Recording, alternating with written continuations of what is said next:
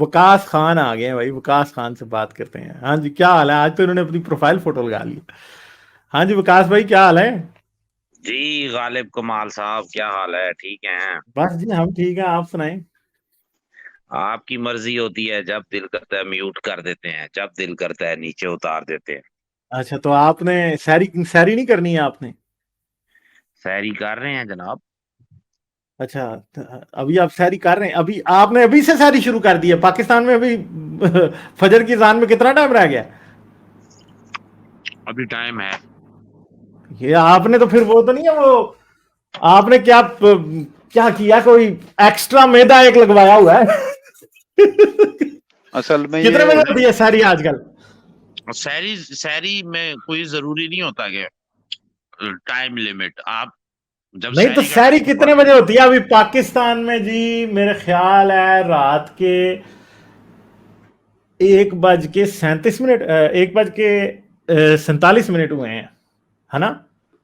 तकरीबन हाँ, तो आप अब सैर कितने बजे होनी है? सैरी तकरीबन 4:30 बजे होती है। अच्छा, तो अभी आपने सैरी खानी शुरू की है, 4:30 तक आप खाते रहेंगे? नहीं, शायद मुझे नींद आ जाए इसलिए मैं पहले से ही नियत बांध रहा हूँ। अच्छा, यानी ठीक है, सही है, फिर ठीक है। तो यानी आपने उठ के सैरी नहीं करनी, आपने एक हिसाब का डिफरेंट किस्म का 8 पैरा रोजा रखना है। और ये जरूरी नहीं होता ना, अब आपको पता नहीं किसने क्या कह दिया। नहीं, मुझे तो किसी ने कुछ नहीं कहा, मैं तो सिर्फ इस बात पे हंस रहा हूं कि आपने अभी सैरी शुरू कर दी है। जी सर, आज आपकी क्या बहस हो रही है? अच्छा, क्या हमारी क्या बहस हो रही है, बताएं आप किस बात पे बहस करना चाहते हैं? आप बताएं, कौन कोई टॉपिक बताएं, फिर डिबेट रखें आपस में। अच्छा, आपने क्या डिबेट मेरे साथ रखनी है? मुझे ये तो अभी तक आपकी बात समझ नहीं आई कोई। जो आपका दिल करेगा रख लेंगे। अच्छा, चले हम फिर ये सब्सटेंशिया निगरा और बिटर ट्रूथ से पूछते हैं, उन्होंने आपसे कुछ सवाल पूछना हो तो। सर, ये आलम कुरान हमारे पास आए हैं, आलम इस्लाम, आलम ना सर, हम तो इस्लामी इस्लाम आलम। से मुसलमान हैं। हम हाँ, आलम इस्लाम बहुत बड़ी चीज होता है, हम नाम से सब्सटेंशिया निगरा मुसलमान हैं। सर, आपने इनसे जी कुछ जी। पूछना है वैसे? हाँ, हाँ जी, thank you. Welcome welcome Waqas Khan साहब। आपको मैंने कुछ रीसेंट टाइम्स में आप गालिब के चैनल पर आए, आपकी कुछ बड़ी इंटरेस्टिंग स्ट्रीम्स मैंने देखी। तो आमतौर पर जब इस तरह के पैशनेट नौजवान आते हैं, क्यूरियस नौजवान, तो हम उनको अप्रिशिएट ही करते हैं। तो हम्म। एक तो ये है कि जी आप you are always welcome to the channel. तो एक तो ये है कि मैं इत्तेफाक गुजरा, ये एक वीडियो गालिब ने पोस्ट की, वो कुछ आपके ख्यालात थे पार्टिकल फिजिक्स के बारे में और क्वार्क्स के बारे में। तो वो बड़ी इंटरेस्टिंग डिस्कशन थी, तो उस बारे में मैं थोड़ी सी डिस्कशन करना चाहूंगा। जी बोलें। जी जी। तो ऐसा है कि चूंकि आपने क्वार्क्स के बारे में बात की, तो ज़ाहिरी बात है कि मैं ये समझूंगा कि आपको पार्टिकल फिजिक्स की एक बड़ी अबव एवरेज अंडरस्टैंडिंग है। तो मेरे ज़हन में बस एक सवाल है कि ये ज़रा इस पर थोड़ी रोशनी डालिएगा कि अच्छा भला जब सिलसिला चल रहा था कि इलेक्ट्रॉन है, प्रोटॉन है, न्यूट्रॉन है, तो वो क्या ऑब्जर्वेशंस थी जिनकी बुनियाद पर ये नेसेसिटेट हुआ कि ये सोचा भी जाए कि कुछ फर्दर भी पार्टिकल्स एग्जिस्ट करते हैं? तो वो क्या ऑब्जर्वेशंस थी? क्योंकि आप कुछ बातें कर रहे थे ना कि जी उनकी ऑब्जर्वेशन जो है वो एक्सपेरिमेंटल एविडेंस उस तरीके से क्लियर कट नहीं है। तो ज़रा मैं जानना चाहूँगा अनसीन है। कि आपकी अनसीन है। आपकी अंडरस्टैंडिंग के मुताबिक वो क्या ऑब्जर्वेशंस थी जिनकी बुनियाद पर साइंटिस्ट ये मजबूर हुए कि वो ये पोस्टुलेट करें कि इलेक्ट्रॉन तो चले एक फंडामेंटल पार्टिकल है ही है, लेकिन ये कि जी जो प्रोटॉन और न्यूट्रॉन है उसके अंदर सब स्ट्रक्चर है और कुछ मजीद है। ये वो क्या ऑब्जर्वेशन थी जिसकी बेसिस पर उन्होंने ये पोस्टुलेट किया? तो इस पर थोड़ी रोशनी डालिएगा। इतनी गहराई में तो मैंने नहीं पढ़ा हुआ, लेकिन अगर आपने ये सवाल किया तो मैं इंशाल्लाह ताला इसके ऊपर भी देख लूंगा। जितना मैंने पढ़ा है ना, वो ये है कि ये साइंटिस्ट का मुत्तफिक राय है कि क्योंकि अब हम अनसीन को ऑब्जर्व नहीं कर सकते, और ना ही हम अब इस इतनी ज्यादा उसमें जा सकते हैं डिटेल में। और अगर हम सपोज इसको यहीं पर छोड़ दें जबकि इनका इफेक्ट हमें मालूम हो चुका, तो इस बुनियाद पे अब हम अगर इसको छोड़ते हैं तो फिर पूरी की पूरी साइंस धड़म से नीचे गिर जाएगी, क्योंकि वो स्टार्ट ही यहाँ से हो रही है। तो उन्होंने फिर इसके ऊपर अपनी जो ऑब्जर्वेशन दी वो उन्होंने कहा कि अब हमें ड्यू टू इफेक्ट इस अनसीन पर बिलीव करना होगा। तो ये उनका एक रूल तय किया उन्होंने कि अगर हम सपोज किसी चीज को देख नहीं सकते, हम अब उसके इफेक्ट के ऊपर उस अनसीन पर बिलीव करेंगे। तो मेरा सबसे क्वेश्चन सिंपल, सबसे पहले किस साइंटिस्ट ने पोस्टुलेट किया था क्वार्क की एग्जिस्टेंस को, और क्यों किया था? मैं यही पूछना चाह रहा हूँ। मुझे वो क्या ऑब्जर्वेशन थी जो आप कह रहे हैं ना कि जी कुछ, वो क्या हम्म, ऑब्जर्वेशन थी जिसकी वजह से वो मजबूर हुए पोस्टुलेट करना, और उस ऑब्जर्वेशन की बुनियाद पर वो explanation, why is quark, the existence of quark a good explanation based on that observation? वो observation क्या नहीं, वो तो मैंने तो एक उसकी पढ़ी थी, स्टीव हॉपकिंस जो है उसकी वो पढ़ी थी, कि उसकी ये थी। उसके ऊपर फिर मैंने ज्यादा रिसर्च नहीं की, एक आंसर देखिए मिल रहा था देखिए स्टीफन उसके ऊपर, हॉकिंस ने लेकिन कोई एक दो पॉपुलर और बुक भी लिखी होगी। साइंटिस्ट थे, उनके नाम मुझे याद नहीं आ रहे, उन्होंने वैसे भी। वैसे मैं थोड़ा आपको आगे बात को बढ़ाता हूँ कि मरे जेल्मन वो साइंटिस्ट था जिसने पहली दफा क्वार्क्स की एग्जिस्टेंस को पोस्टुलेट किया था। अब मैं आपके ठीक है। सामने, और चूंकि वो वीडियो आई, मैं जरा ऑडियंस के लिए भी जरा थोड़ा सा सामने रख दूं कि वो क्या ऑब्जर्वेशन थी जिसकी बुनियाद पर, जो कि इतना स्ट्रॉन्ग एविडेंस है, और क्या लाइन ऑफ एविडेंस है क्वार्क्स की प्रेजेंस को असेस करने का, वो है क्या, वो लोगों के सामने हो तो फिर हमारे सामने वो जो फिर उसको जोड़ के जरा देखें, उस तनाजुर में आपकी भी जो डिस्कशन थी उसके तनाजुर में उसके साथ जोड़ के देखें, तो फिर मेरे ख्याल से आगे बात चलेगी। तो ऐसा है कि नहीं, मैं, मैं एक सेकंड, आपको, मेरा आपसे एक और क्वेश्चन है। नहीं अभी तो, प्रॉब्लम यहाँ पर खत्म नहीं पहले होती। आप बात तो करने देना, अब अभी आगे चले प्रॉब्लम को ना, पहले समझें। जहां से बात सब्सटेंशियल निगरानी शुरू करेंगे ना, बात को वहां पे समझे। मुझे और आपको चुप रहने की जरूरत है, ठीक है? देखिए राज बड़ा मेरा चुप रहे, क्योंकि मैं मेरा उनसे कुछ मकसद सीखना चाह रहा हूं यहाँ पे। मेरा मकसद ये है कि आपने तकरीबन आधा घंटा एक मौजू पर बात की कि वैसे ही साइंटिस्ट ने पोस्टुलेट कर लिया, कोई उसका वो अनसीन है। तो मैं ये समझना चाहूंगा कि आपने सही तरीके से इस बात को समझा कि नहीं समझा, कि वो क्या एविडेंस है जिसकी बुनियाद पर क्वार्क्स की एग्जिस्टेंस को पोस्टुलेट किया गया। जब आपने सही तरीके से अगर तो समझा तो सर आंखों पर उसको आप एक्सप्लेन कीजिए, हम आपसे सीखना चाहेंगे। लेकिन अगर आपने उस चीज को अभी तक सही तरीके से पूरे तरीके से एब्जॉर्ब नहीं किया, तो फिर उस पर आधा घंटा एक पब्लिक फोरम पर आके बात करना थोड़ा सा गैर जिम्मेदारी का सबूत है। लेकिन मैं आगे बढ़ता हूँ, छोड़ कोई बात नहीं, आप नौजवान हैं, आप क्या कहते हैं क्यूरियस हैं, तो किसी भी मौजू पर बात होनी चाहिए, तो रोकना नहीं चाहिए। आप जरूर आए और क्या कहते हैं अपना इजहार ख्याल करें। तो मैं जरा आगे बढ़ता हूँ, जरा साइंटिफिक टेम्परमेंट थोड़ा इंसान का ताकि डेवलप हो कि किस तरह की ऑब्जर्वेशंस लैब में की जा सकती हैं और किस तरह के कंक्लूजन उनसे ड्रॉ किए जा सकते हैं।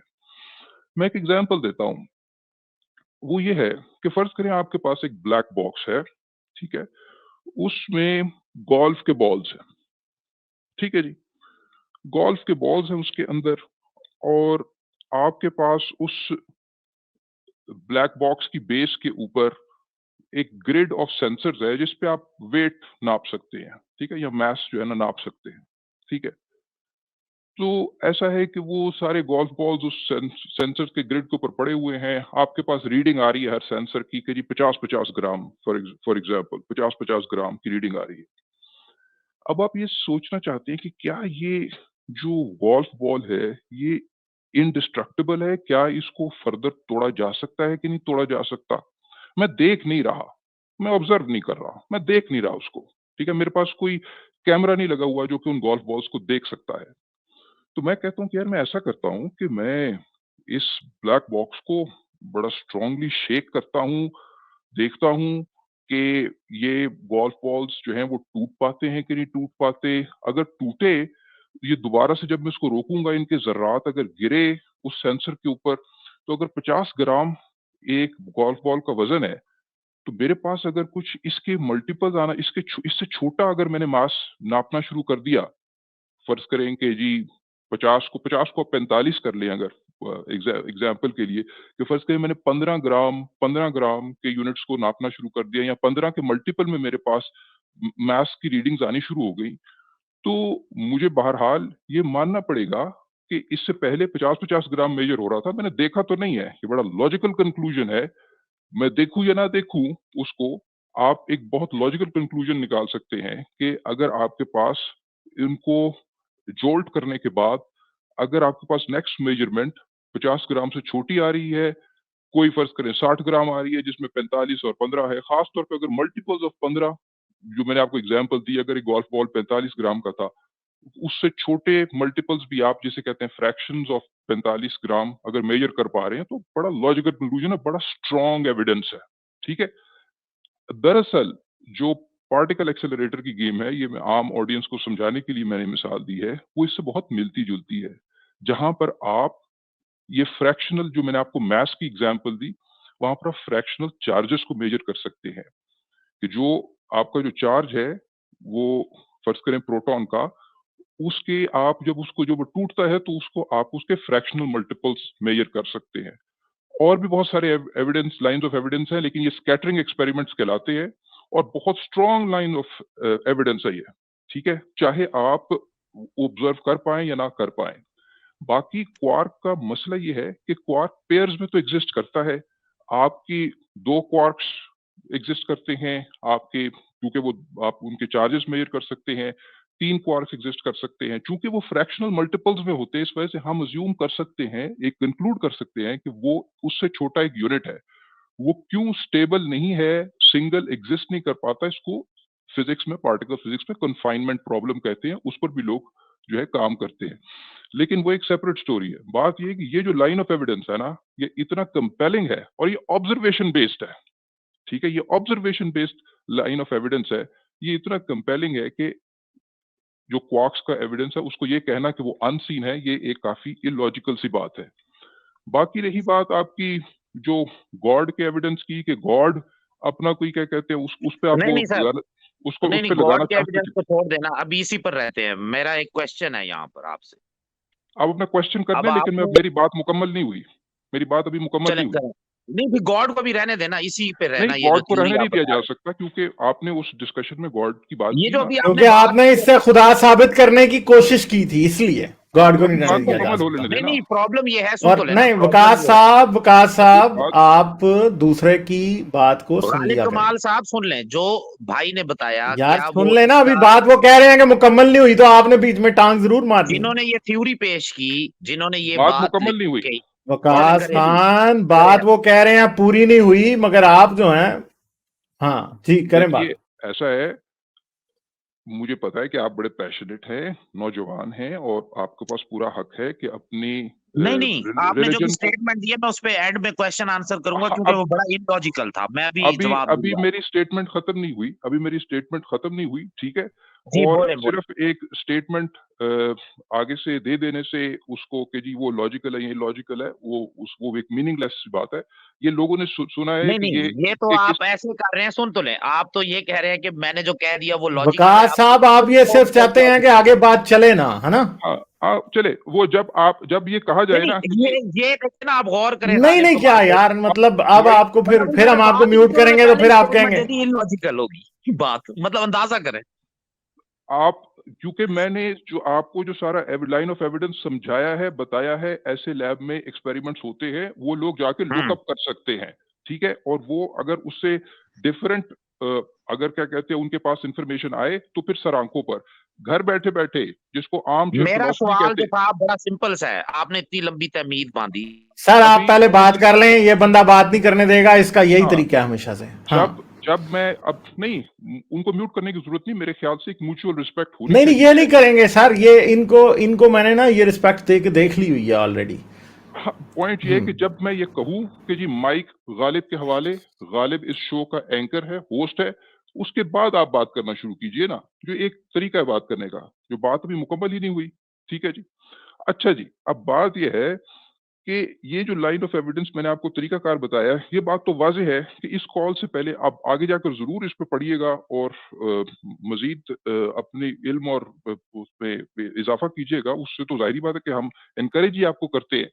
लेकिन कम से कम ये बात वाज़ेह ऑडियंस पर हो चुकी है कि इससे पहले आपको ये नहीं पता था कि क्वार्क का एविडेंस क्या है, और आप 35 मिनट तक, तकरीबन आधे घंटे तक क्वार्क के एविडेंस की बेस के ऊपर एक आर्गुमेंट बिल्ड करते रहे। ये तो ऑडियंस को इस बात की खबर बड़े अच्छे तरीके से मिल गई है। अब आपने चूंकि ये बात, ये गुफ्तगू इस तनाजुर में की थी कि चूंकि आपके पास क्वार्क का कोई एविडेंस नहीं है और आप अनसीन बेसिस पर उस पे यकीन लेकर आ रहे हैं, तो आपको ये चीज गॉड पर भी अप्लाई करनी चाहिए। अच्छा, मैं कहता हूं कि मैं रेडी हूं इस बात पे कि जी, कि जो आप कह रहे थे ना कि जी गॉड की कोई ऑब्जर्वेशन ऐसी है जिसकी बेसिस पर आप गॉड को कंक्लूड कर सकते हैं। तो सबसे इंपॉर्टेंट बात यह है, आपको हैरानी होगी कि सबसे पहले तो कायनात का वजूद अपने अंदर जो है, सबसे बड़ा एविडेंस है खुदा की इन एग्जिस्टेंस का। कायनात का वजूद अपने अंदर खुदा से मुतसादिम है, ठीक है। उसमें ज़ाहिरी बात है थोड़ी आपको फिलोसॉफिकल बात करनी पड़ेगी, क्योंकि खुदा को मानने वाले ये कहते हैं कि खुदा ने कायनात किसी मकसद के तहत बनाई। मकसद का मतलब ही ये होता है कि किसी अदम हुसूल से हुसूल की तरफ कोई एंटिटी जो है वो गामजन है। यानी मकसद का मतलब ही ये है कि वो हस्ती ही मकसद को परसू कर सकती है कि जो अभी इनकम्प्लीट है, जिसके पास कोई अधूरापन है, उसके पास अभी वो मकसद नहीं है, इसीलिए वो उस मकसद के हुसूल में कोशा है। तो खुदा तो एक मुकम्मल ज़ात है, उसका तो कोई मकसद हो ही नहीं सकता। तो अगर कोई मुशाहदा, ऑब्जर्वेशन खुदा के तसव्वुर के साथ मेल खाता है, वो मुशाहदा सिर्फ एक टोटल नथिंगनेस हो सकता है। कायनात तो हमारे सामने है, कायनात तो एग्जिस्ट करती है। इसी एविडेंस से, क्योंकि खुदा एक मुकम्मल ज़ात है, वो कभी कायनात और तख्लीक की तरफ आ ही नहीं सकता, क्योंकि उसका कोई मकसद हो ही नहीं सकता, क्योंकि वो कंप्लीट ज़ात है।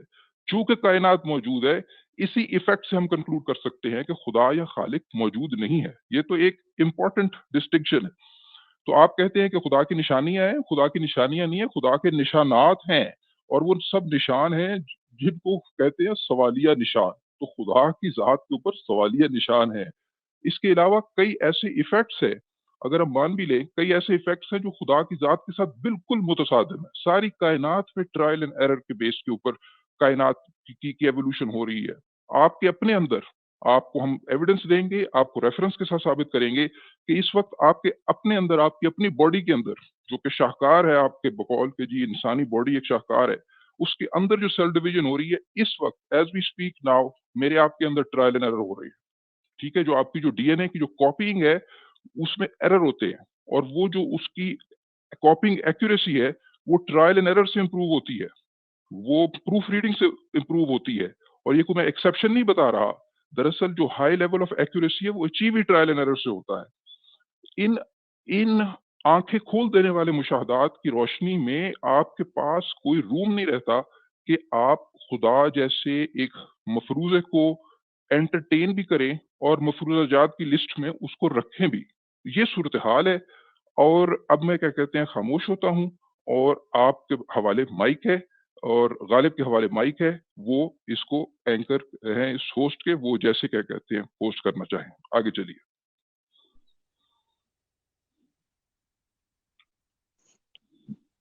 जी बोल सकता हूँ सर।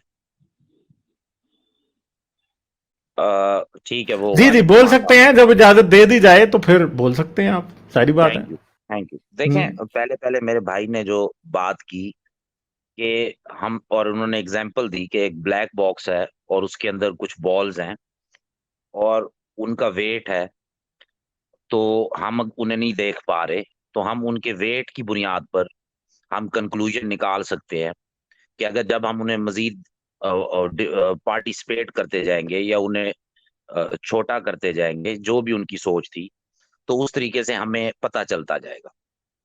ये एक इतनी इलॉजिकल गुफ्तगू थी कि मैं हैरान हुआ हुआ था, क्योंकि मैंने जो स्टेटमेंट पढ़ी थी उसमें यह था कि unseen but their effect, effect की बुनियाद पर उन्होंने फैसला दिया। अब प्रॉब्लम ये आती है कि सपोज हम किसी भी चीज को, उसका वजन करते हैं, उसको हमने टू पार्टिकल्स में कर दिया, उसे सेपरेट कर दिया, ठीक है, दोनों का वजन हमें पता चल गया कि अब उसका ये है, इसका ये है। ऐसे ही हम जब करते जाएंगे वजन, मैं कहता हूं कि अनसीन तक पहुंच जाते हैं। तो अब हाउ यू आइडेंटिफाई कि इसमें से भी कुछ निकला है और कुछ है मौजूद जिसका वजन हम देख रहे थे। इट्स इम्पॉसिबल, क्योंकि उन्होंने कहा कि जब हम इनको अलहदा करते हैं तो ये होते ही नहीं है, मतलब है नजर ही नहीं आते। तो उन्होंने ड्यू टू इफेक्ट की बुनियाद पर कहा था, वेट की बुनियाद पर इसका फैसला नहीं दिया था। लेकिन चलें ठीक है, भाई ने जो भी गुफ्तगू की, आपको उनका बात अपना समझ ही नहीं आई ना।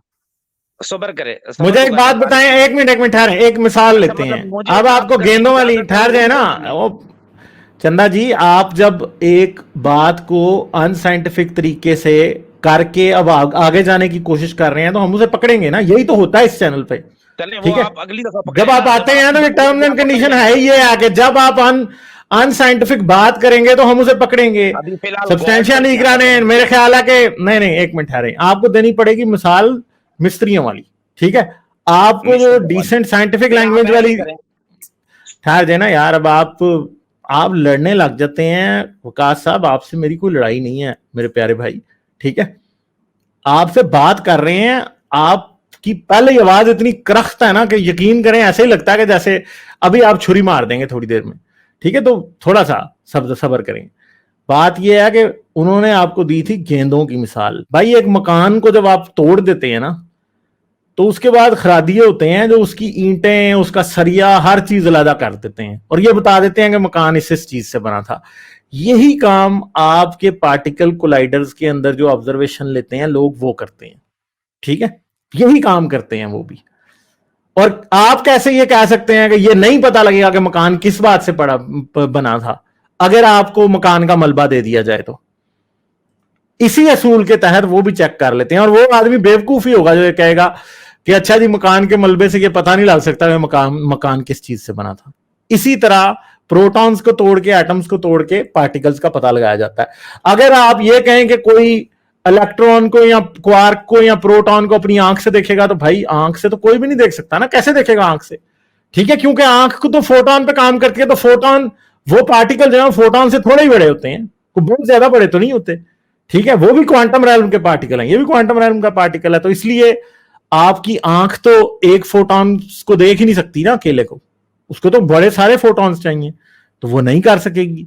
तो क्वांटम पार्टिकल्स की ऑब्जर्वेशन अगर आप ये समझ रहे हैं कि आपको वैसे मिलेगी जैसे इस तरह की कोई मैक्रो स्केल की ऑब्जर्वेशन मिलती है, तो वो तो नहीं मिलेगी, आपकी एक्सपेक्टेशन गलत है।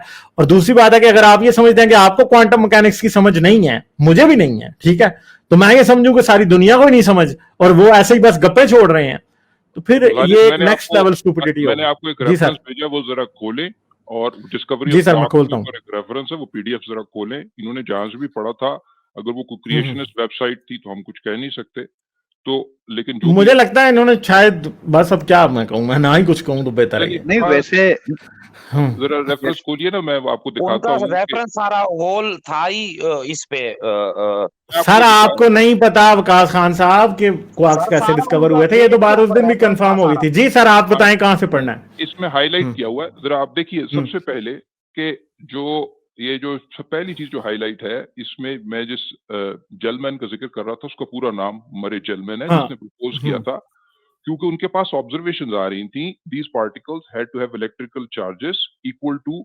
1/3 और 2/3 ऑफ एन इलेक्ट्रॉन और प्रोटॉन। यही मैं एग्जांपल दे रहा था कि आपके पास फ्रैक्शनल मल्टीपल्स क्या कहते हैं उसके आ रहे थे, इस वजह से उन्हें ये पोस्टुलेट करना पड़ा था। ठीक है, आप इसको ऊपर इसका टाइटल भी दिखा दीजिए रेफरेंस के तौर पर, कि इसका टाइटल डिस्कवरी ऑफ क्वार्क्स है। उसके बाद मोस्ट रिसेंट आपके पास जो स्टैनफोर्ड लिनियर एक्सेलरेटर है, जो स्लैक लैब है, उसके अंदर एक्सपेरिमेंट्स मौजूद है, इसके अंदर डॉक्यूमेंटेड है, आप इसको दिखा सकते हैं स्क्रॉल डाउन करके। ऊपर जो आपने भी लाइन पढ़ी है वो दोबारा निकालेंगे, क्योंकि उसमें इलेक्ट्रिक चार्ज का जिक्र हो रहा है। हाँ, तो इलेक्ट्रिक चार्ज की मिसाल दी थी मैंने आपको। मैंने आपको मैथ्स की मिसाल इस वजह गोल्फ बॉल की बताई थी, उसके बाद मैंने आपको बताया था, या मैंने समझाने के लिए मिसाल दी है। असल में इलेक्ट्रिकल चार्जेस से ये फ्रैक्शनल चार्जेस की बेसिस पे फैसला होता है। ठीक है, तो इट मींस ये इफेक्ट है। ओके, लेकिन ये That's ये not एक the ऐसी way. ऑब्जर्वेशन ये एक ऐसी ऑब्जर्वेशन है नहीं तो जिसके आपको बाद कौन कह रहा है कि फैक्ट से ऑब्जर्वेशन, फैक्ट से डिस्कवरी नहीं होती? हाँ, मुझे बताएं एक ऐसी ऑब्जर्वेशन है किस Yes, बंदे ने तो ये अब कहा है? हमने यहाँ पर सुन लें, ये अब हमने ये यहाँ पर एक ये रूल तय कर लिया देख कि अनसीन को इफेक्ट की बुनियाद पर हम मान सकते हैं। सुनिए नहीं, लेकिन साइंटिस्ट एक अच्छा नहीं, एक सेकंड ठहरे जी सर, एक सेकंड। मुझे आप एक बात बताएं, इलेक्ट्रॉन की चार्ज पता कि नहीं पता? बताएं जी विकास साहब। मैं वही कह रहा हूं कि इलेक्ट्रॉन की चार्ज पता है या नहीं पता? बताएं। इलेक्ट्रॉन की पता है ना, आप उसकी बताएं। अच्छा पता है। अब मुझे एक बात बताएं कि एक पार्टिकल जिसकी चार्ज इलेक्ट्रॉन से 1/3 होगी, उसको आप क्या कहेंगे फिर? उसको क्या कहेंगे? वो आप यही कहेंगे ना कि भाई एक सब स्ट्रक्चर मौजूद नया है, पार्टिकल है। एक नया पार्टिकल है, और एक यानी वो बिल्डिंग ब्लॉक्स उसके फंडामेंटल उससे भी नीचे है। इलेक्ट्रॉन का सब स्ट्रक्चर कोई नहीं है। नहीं, इलेक्ट्रॉन कुछ नथिंग हो, आपके असूल के मुताबिक तो नथिंग होना चाहिए, बस खत्म। वो हमारा असूल नहीं है सर, वो आपका स्टूपिड असूल है। आप यही कहना पड़ेगा आपको। आपका उसूल है। जब बीच में से जब आपने फुल हमारा असूल तो ये है कि इफेक्ट की बुनियाद पर हमें ऑब्जर्व करना चाहिए। आपका असूल है कि नहीं करना चाहिए। देखिए यार विकास साहब, आपको समझ ही नहीं आ रही कि यहाँ बात क्या हो रही है। सॉरी टू से, आपको भाई ये आपके ऊपर से गुजर रही है, 6 फुट ऊपर से। इनको जरा आपको नहीं समझ आ रही भैया, आप सिर्फ वहां सर मार रहे हो जहां पे आपको समझ नहीं बात की आ रही। अच्छा, मैं इनको थोड़ा सा इनकी साइड मैं यहाँ पर इस पार्टिकल के जरिए अल्लाह को प्रूव नहीं करना चाह रहा गालिब कमाल भाई। मैं सिर्फ और सिर्फ तो पिछली बार क्यों कर रहे थे? पिछली बार क्यों कर रहे थे भैया? बात तो ये है ना फिर। असूल, कैन यू अंडरस्टैंड असूल क्या होते हैं? उसूल क्या है? आपको ही तो समझ नहीं आ रहा असूल ना, यही तो प्रॉब्लम है। आपका मसला ये है कि आप हर बात को बनाते हो लड़ाई। जिस तरह अभी आपने अपनी एक इस तरह की टोन में बात करनी शुरू कर दी है ना, आप हमेशा ऐसे ही करते हो। आप तो उस दिन भी यही कर रहे थे। गालिब कमाल नहीं, आप लड़ ही रहे हैं भैया, आप लड़ ही रहे हैं। आपको असूल एक सिंपल, अभी आपसे पूछा है ना कि एक पार्टिकल, पहले मैंने आपसे पूछा था कि इलेक्ट्रॉन की चार्ज नोन है, आपने कहा हाँ नोन है। मैंने आपसे पूछा कि एक पार्टिकल जिसकी चार्ज इलेक्ट्रॉन से कम है उसको क्या कहोगे? आप आगे से सुमन बुकमन हो गए। क्यों? यहां पे आप डिसऑनेस्टी से काम ले रहे हो मेरे भाई, क्योंकि आपको भी पता है कि उस पार्टिकल को इलेक्ट्रॉन नहीं कहा जा सकता जिसकी चार्ज इलेक्ट्रॉन से 1/3 होगी। तो इसी तरह से पार्टिकल नए डिस्कवर होते हैं मेरे भाई। आप नहीं मानोगे इसलिए क्योंकि आप अपना अल्लाह साबित करना चाहते हो, और आपका आप नहीं उस ना यारा नहीं, मेरी बात कंप्लीट नहीं हुई भैया। आप अपना अल्लाह साबित करना चाहते हो। आप क्या कर रहे हो? साइंस को डिस्क्रेडिट करने की कोशिश कर रहे हो, क्योंकि आप एक मुल्ला हो। सिंपल सी बात है, मुल्ले यही करते हैं, साइंस को डिस्क्रेडिट करते हैं। आप कह रहे हो कि साइंस का असूल ही गलत है, कि इलेक्ट्रॉन को, क्वार्क को ऑब्जर्व ही नहीं किया। आप ये कह रहे हो। ऑब्जर्वेशन जो है वो फैक्ट की बेस पे होती है, साइंस का असूल है, ये सिंपल सी बात है, ये हम सब जानते हैं। आप नहीं मानोगे इस बात को, क्योंकि आपने तो मुल्ला वाला खनास दिमाग में डाला है ना। अब मैं क्या कहूं आपको, क्योंकि यही बातें होती हैं, हर बार आप ऐसी बातें करते हो।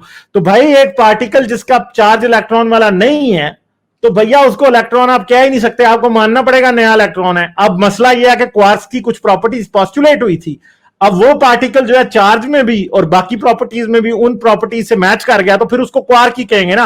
अब उसको इलेक्ट्रॉन का फूफा तो नहीं कहेंगे ना। यही बात है, सिंपल सी। जी सर, आप क्या कह रहे थे? फर्दर इलेबोरेट कर देता हूं। देखिए, साइंस का बेसिक प्रिंसिपल ये है कि आपके पास ऑब्जर्वेशन आ रही है, आप फिर क्या कहते हैं, जो आपकी जो थ्योरी जो पोस्टुलेट कर रहे हैं, वो आप कहते हैं कि जी मैं ये थ्योरी पोस्टुलेट कर रहा हूं, now whether this theory explains further observations और नॉट। ठीक है, और वो फर्दर प्रेडिक्शंस उसकी बेसिस पर की जाती हैं। जो आपने फर्ज करें, अगर ये आपने कह दिया कि अच्छा लगता है कि इसके नीचे फंडामेंटल फर्दर स्ट्रक्चर है, फर्दर पार्टिकल्स है, क्योंकि ये फ्रैक्शनल चार्जेस और कैसे ऑब्जर्व हो सकते हैं। तो अब इसके बाद ये एक थ्योरी प्रपोज हो रही है। अब इसकी कॉन्फर्मेशन टेस्ट के लिए अगर ये थ्योरी ठीक है, तो क्या क्या ऑब्जर्व होना चाहिए? तो फिर आपको ये पता लगता है कि प्रोटॉन के केस के अंदर जब आप स्कैटरिंग एक्सपेरिमेंट्स करते हैं, तो आपके पास ऐसे ऐसे पार्टिकल्स आने लगते हैं जिनके अंदर दो तरीके multiples of 2/3 of the charge of electrons है, multiples of -1/3 of the charge of electrons है। तो उसकी बेसिस पर आपको पता लगता है कि ये सब स्ट्रक्चर इसके अंदर मौजूद है कि जी प्रोटॉन के अंदर कोई दो और चीजें हैं जिनका 2/3 of the charge of the electron है और एक का -1/3 of the charge of the electron है। इस तरह से उसका ओवरऑल चार्ज जो है +2/3 +2/3 -1/3 अभी भी 1 के बराबर है, यानी 1 इलेक्ट्रॉन चार्ज के बराबर है, जिसको कहते हैं कि जी प्रोटॉन के अंदर 2 अप क्वार्क्स होते हैं और एक डाउन क्वार्क्स होता है। आप ये हाइपोथेसाइज करते हैं कि जब न्यूट्रॉन की स्कैटरिंग होगी तो उसके अंदर ऐसे सम पार्टिकल्स निकलने चाहिए इस प्रोपोर्शन में कि उनके चार्जेस को सम अप करके शायद चार्ज जीरो आए। आपके पास ऑब्जर्वेशन ऐसी आती है कि आपके पास ऐसे पार्टिकल्स आते हैं इस प्रोपोर्शन में कि 2 -1/3 चार्ज के आते हैं और एक +2/3 चार्ज का आता है। ये दोनों ऐड अप होके जीरो दे रहे हैं आपको। ये प्रेडिक्शन हाँ, आपके सामने आ रही है जिसको तो ये न्यूट्रॉन में आ रहा है। न्यूट्रॉन में 2 डाउन क्वार्क्स हैं जिनमें से एक हम्म। का चार्ज -1/3 है, दूसरे का भी -1/3 है, तो ये -2/3 हो जाता है। अप क्वार्क का चार्ज +2/3 होता है, ये ऐड अप होके 0 होते हैं। तो ये सारी वो प्रेडिक्शंस हैं जो कि उस थ्योरी के बेस पे जो इनिशियल ऑब्जर्वेशन की यार ये फ्रैक्शनल चार्जेस हैं, अब समझ नहीं आ रही कि फ्रैक्शनल चार्जेस को क्या चीज़ एक्सप्लेन कर सकती है।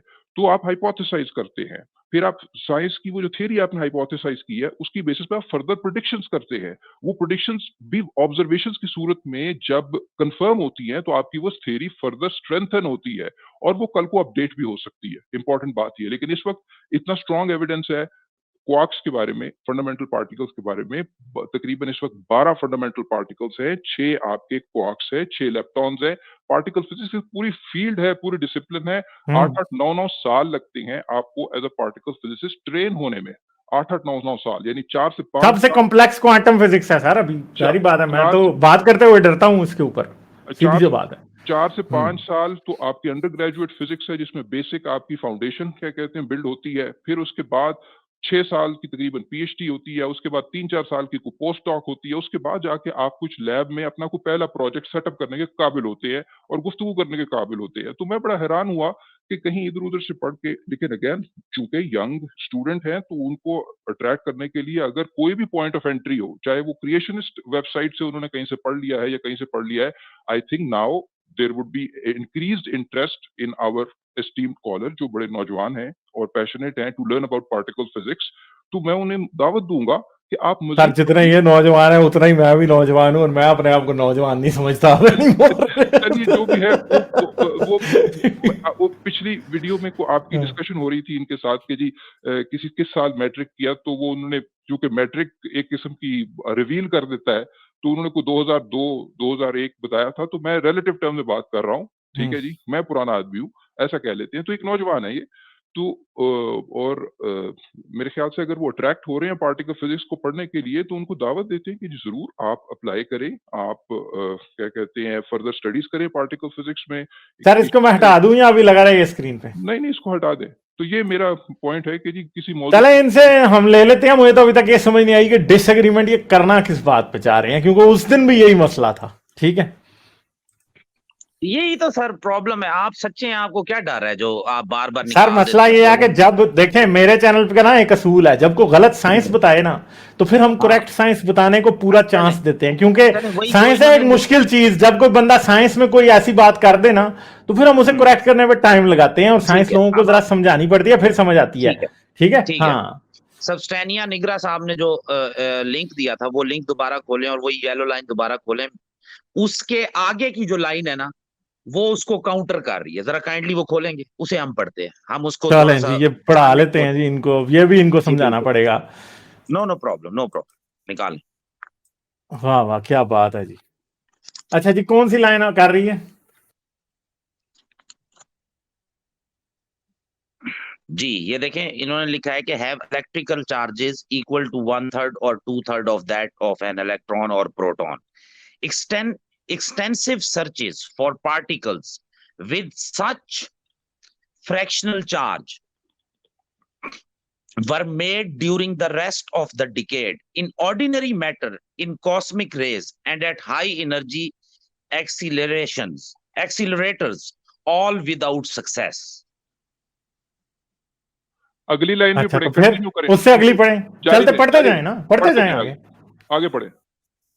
But surprise results from a series of electron scattering experiment performed from 1967 through 1973 by scientists from the हाँ जी मैसेच्यूसेट्स इंस्टीट्यूट, ये क्या नाम है बार मुझे नहीं सही बहुत अजीब अननोन सी जगह, बहुत ही अजीब अननोन, बहुत ही गैर मशहूर किस्म की जगह है, पता ही नहीं होगी यार, बहुत बड़ी होगी, आप पढ़ते रहते होंगे। MIT and the Stanford Linear Accelerator Center began to give direct evidence direct पे जरा रुके, डायरेक्ट एविडेंस, डायरेक्ट को जरा गौर से लफ्ज फोकस कर लीजिए। डायरेक्ट, ये जो लफ्ज है ना डायरेक्ट, ये असल में सबसे फजूल लफ्ज ये है डायरेक्ट। आगे पढ़ते जाएं आगे। नहीं फिर नीचे क्यों लिख रहे हैं? ना अब आपसे पढ़वा के छोड़ेंगे, पढ़े प्लीज। Evidence पढ़ते for the जाएं। existence of quark as real physical entities for their crucial contributions as leaders of these experiments, which fundamentally altered physicists' conception of matter. Jerome Friedman and Henry Kendall of MIT and Richard Taylor of SLAC were awarded the 1990 Nobel Prize in Physics. अच्छा जी, तो इधर क्या लिखा है कि कभी भी quark observe नहीं हुआ? हाँ, ये लिखा है Direct evidence for the existence of quark. नहीं सर, डायरेक्ट एविडेंस क्या दिए जरा दिखाएं। अच्छा तो यार आप ऐसा करें ना, ये रिसर्च पेपर आपको दे देते हैं, आप पढ़िए। यार अजीब पता है। आप हमारे छोटे भाई हैं, देखिए बात सुने, आप हमारे छोटे भाई हैं, ठीक है, आप काबिल एहतराम हैं, ठीक है, आप क्यूरियस हैं, इंक्विजिटिव हैं, उस नाते से नहीं सर, एविडेंस पे तो मैं भी बिलीव कर रहा हूँ। आपकी क्यूरियोसिटी को मैं रिस्पेक्ट करता हूँ। मेरा पॉइंट आपके साथ ये डिस्कशन ओपन करने का ये था कि ऑडियंस को थोड़ी क्लैरिटी मिल जाए, ठीक है। अब बात ये है कि मेरी रिकमेंडेशन ये होगी कि मैं ये नहीं कह रहा कि आप अगर तो आप इंटरेस्टेड हैं तो मैं आपको, आई थिंक कोई एज भी बड़ी एज नहीं होती अगर आप फर्स्ट करें पीएचडी करना चाहते हैं पार्टिकल फिजिक्स में, मैं आपको हाँ तो मैं तो बिल्कुल क्या कहते हैं आपको इनकरेज करूंगा। और उसके लिए अगर आपको कोई, मेरी कोई हैसियत नहीं, लेकिन अगर आपको कोई थोड़ी सी गाइडेंस या गाइडलाइन चाहिए होगी कि कैसे अप्लाई करते हैं यूएस की यूनिवर्सिटीज में और कैसे प्रिपेयर करते हैं, I will be happy to help you out, ठीक है। नहीं मैं वैसे बुक्स पढ़ लूंगा, मैं इतना नॉलेज रखता हूं कि मैं समझ सकूं। दूसरी बात ये कि फिर ऐसा है कि देखिए बगैर मैथमेटिक्स की बैकग्राउंड के इस लेवल की फिजिक्स सिर्फ जो अंग्रेजी में जो पॉपुलर लेमैन की बुक्स होती है ना, वो आपको वो अंडरस्टैंडिंग नहीं देती।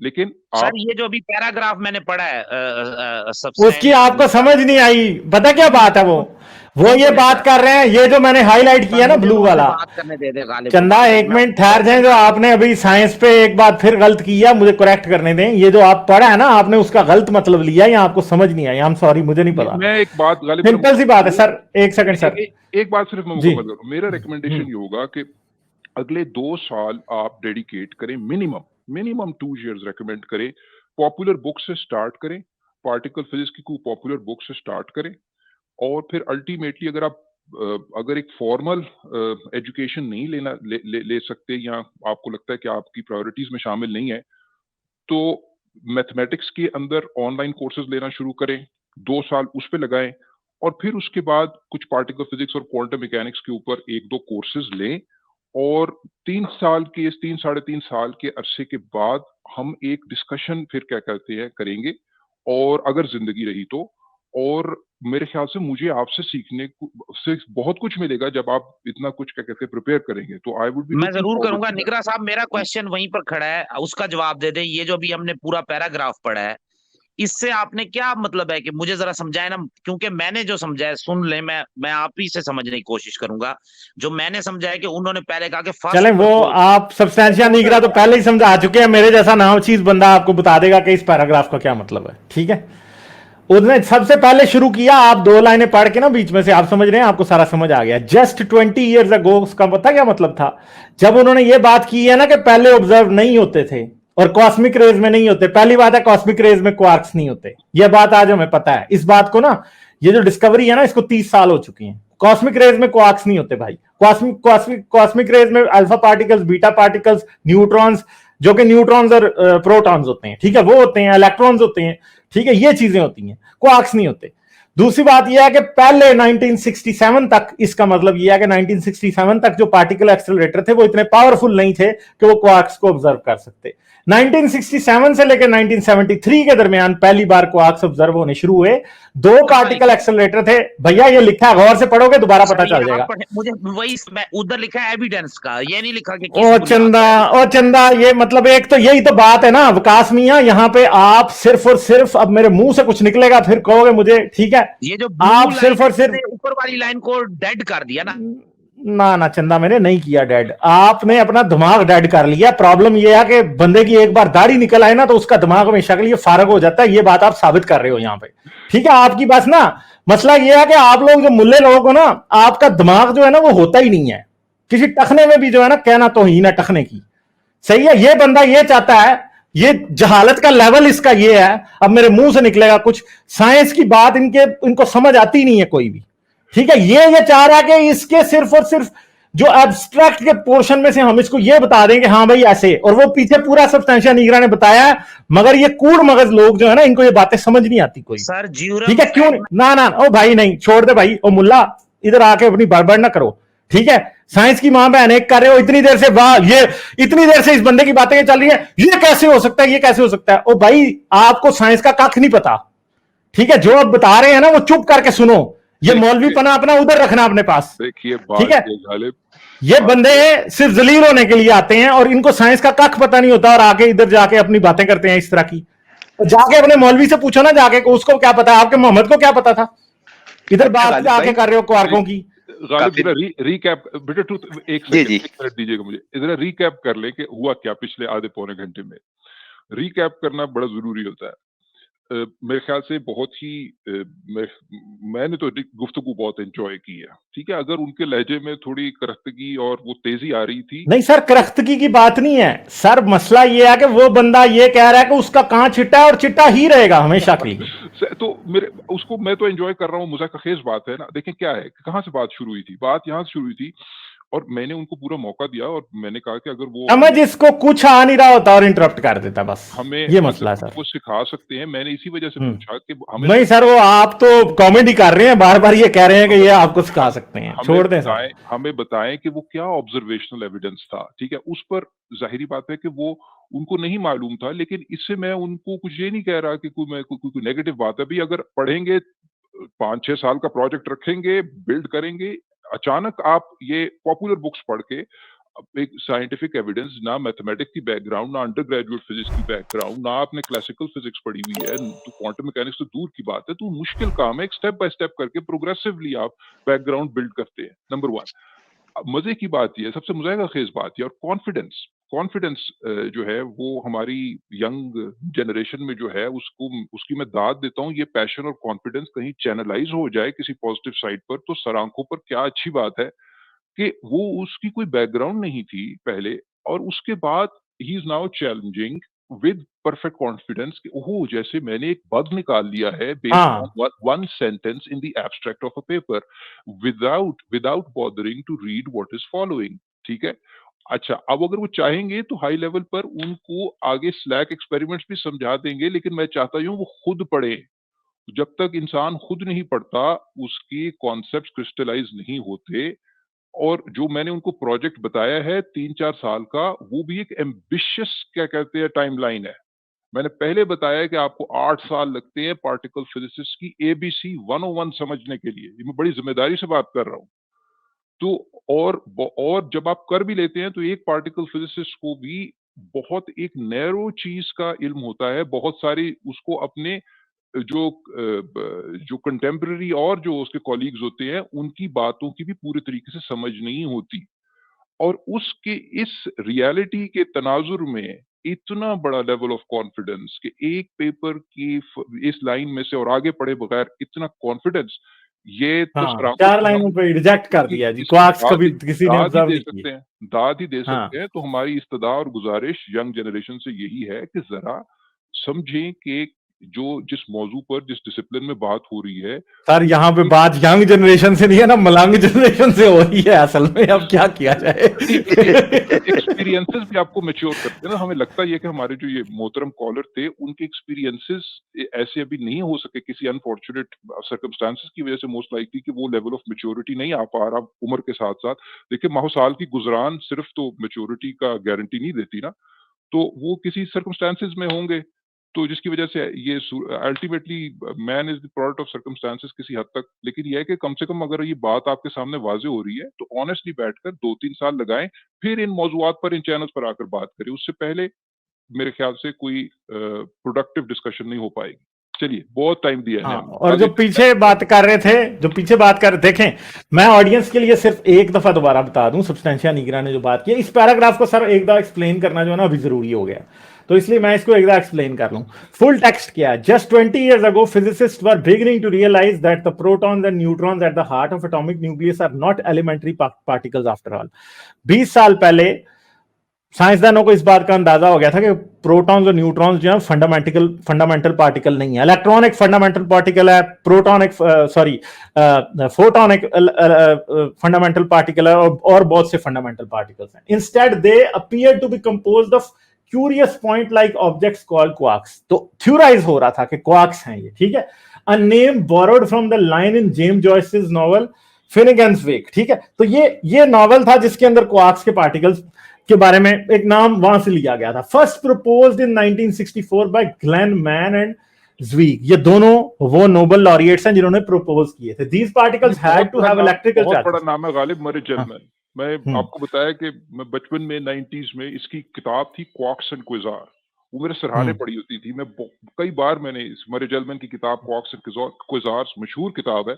यानी क्विज़ार्स आपके जाहिर बात है वो mega astronomical cosmological objects, quarks जो हैं वो आपके जाहिर बात है क्वांटम स्केल के। तो वो एक जनरल जो यूनिवर्स की जो कॉम्प्लेक्सिटी है from the very small to the very large के ऊपर बहुत अच्छी किताब है क्वार्क्स एंड क्विज़ार्स मरे जेलमैन की। ठीक है ये बात सर, एक सेकंड। हाँ, these particles had to have electrical charges equal to 1/3 और 2/3 of that of an electron or proton। ठीक है जी।